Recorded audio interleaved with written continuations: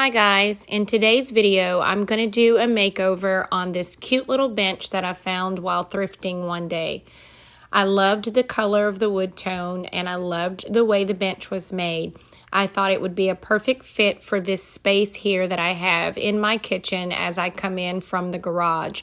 This would be the perfect bench for me to sit my purse and throw those little things that we tend to sometimes find sitting on the counter instead.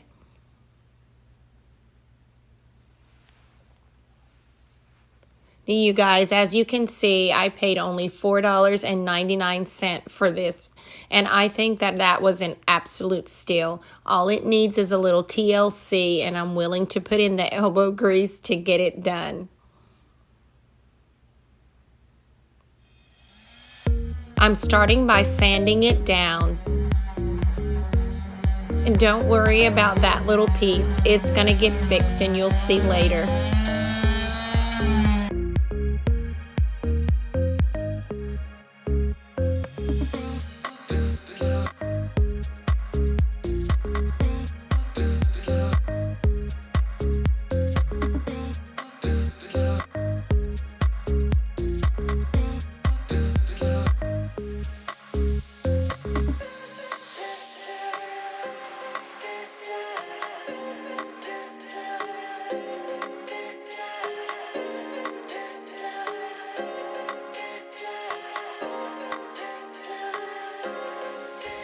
Now you guys, now that I have it all sanded, I'm just going to come now with some degreaser cleaner and I'm just going to wipe it down and make sure I get all of the sawdust wiped away before I go on to my next step.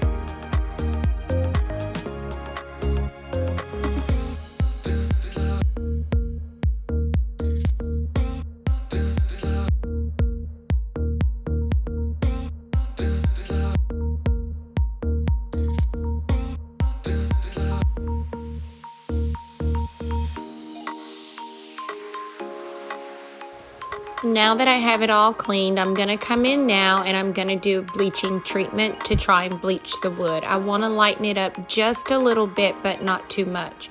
I'm going in now and I'm spreading in the bleach, and I know it looks like I'm just rubbing the bleach in and rubbing it off, but I promise you, I'm just rubbing it on, and then you'll see I go back again and I leave it wet so that the bleach has a chance to bleach the wood.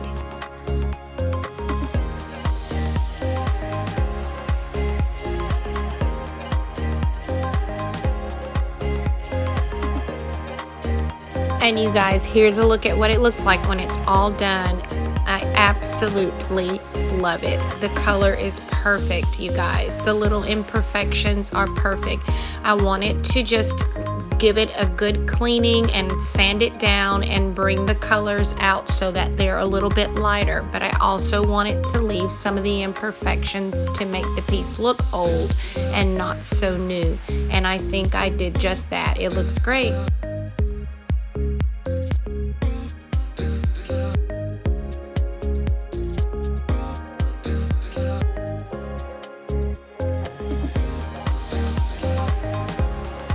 This is just the perfect place for me to sit my purse or drop the mail or sit my keys or whatever else whenever we're coming in from the garage and into the kitchen area. The warmness of this piece brings in that warm wood tone to the kitchen, and it fits the rest of the decor perfectly. And now let's move on to our no-sew fall pillow. You guys, these are all the supplies I'm using. I have some drop cloth here that I picked up from Walmart, just scissors, glue, my paint brushes, a variety of paints, and you guys can choose based on what color your palette is for fall. And then I have my pillow as my stencil, and this is the pillow that I will stuff in it. This is my inspiration picture, you guys, and this pillow actually comes from Amazon, and I'll link it in the description box. I'm starting out with this pumpkin that I printed on 8x10 piece of regular paper, 8x11 regular paper, and I just found the clip art that I wanted and I printed it out. So now I'm just going to cut this pumpkin out and then we'll go from there.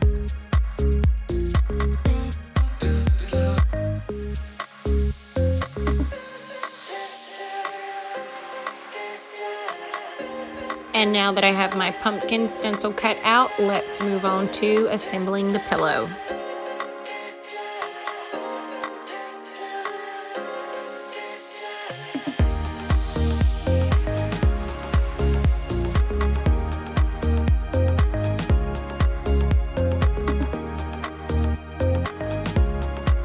You guys, excuse the lighting.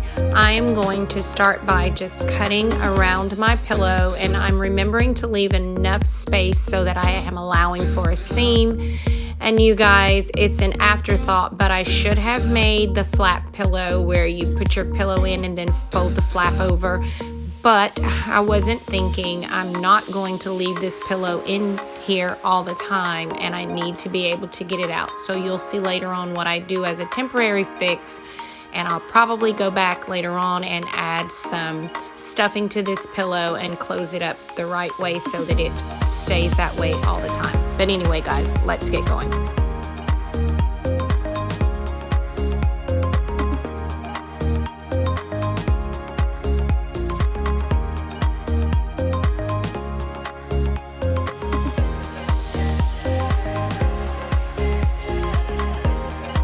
Now guys, this is really simple. All you need is your glue gun. If you don't know how to sew, there's no need to know. All you're going to do is go along the sides with your glue, and you're going to remember to leave one edge open so you can stuff your pillow inside. If you're making this a permanent pillow, then you're going to stuff your stuffing inside, and then you would be able to go back like I eventually will do and close it off for good. And then you just want to flip it inside out, so that now you have your pillow facing exactly the way you need for it to.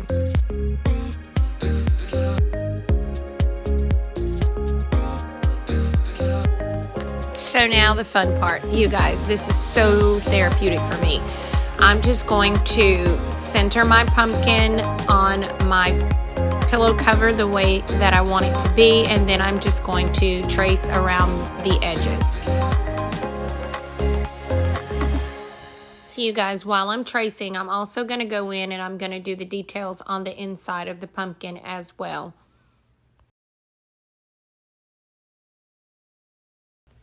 And now we're ready to paint. I'm just going to go along the edges with my darker black paint. And you guys, I'm not looking for a solid defined line. I'm going really lightly, kind of so the line looks like it's a little bit smudged.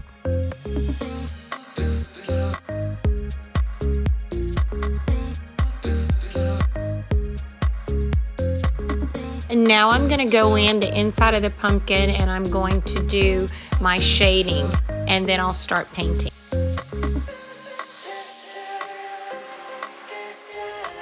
Now guys, the rest is up to you. Use colors that complement your palette for fall. I'm just going to go in and I'm just going to paint, and I'm going to continue blending my paint until I have it looking as close to my inspiration as possible. And if you guys can see, I have my iPad propped up with my inspiration on it so I can glimpse at it every now and then.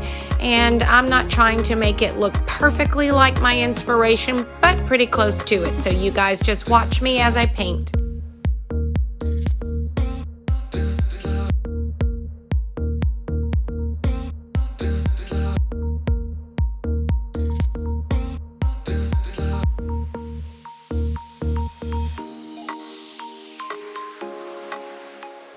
You guys, when you're doing this, the key to it is to put the paint on your brush and then take it almost all the way off so that you can have a smearing type of paint and not a thick, watery looking paint, if that makes sense, guys. You'll see.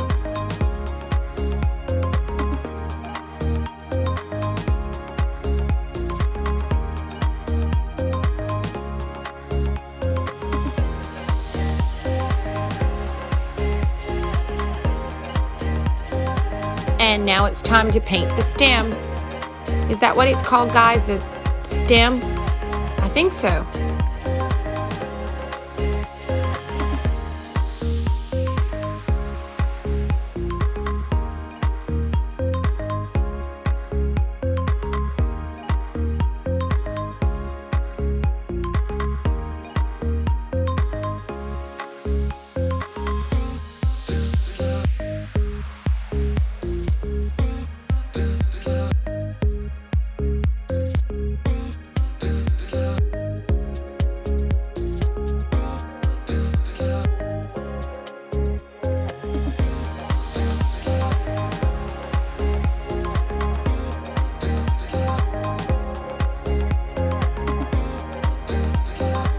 And you guys, once again, here's my inspiration and here's mine. I'm liking how this looks, guys, but I think I want to go in and make it a little lighter where those dark areas are. So I'm going in here with my white and I'm just softening it out and making it a little more white and a little less of the brownish color.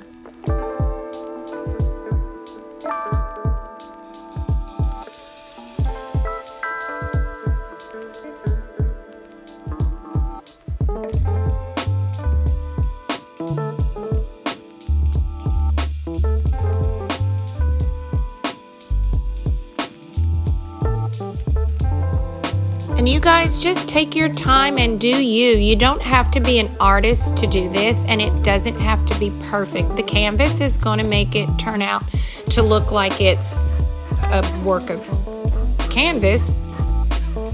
That doesn't sound right, but anyway, you guys, the canvas is going to work with you in this, and you'll see when I show you a close-up the texture of the canvas and what it does to the paint. Just do you and have fun doing it. And you guys, this is what mine looks like after I've gone back in and blended in more whites, and I like it, and I'm gonna stop here. So now let's stuff the pillow in, and then I'll give you a close-up.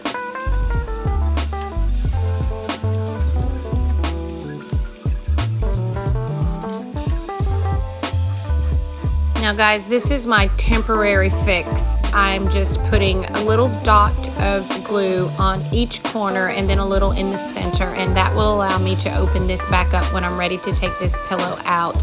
And like I said, I probably will put in a pillow form and leave it in there permanently, or stuff it and leave it permanently and then close it up the proper way.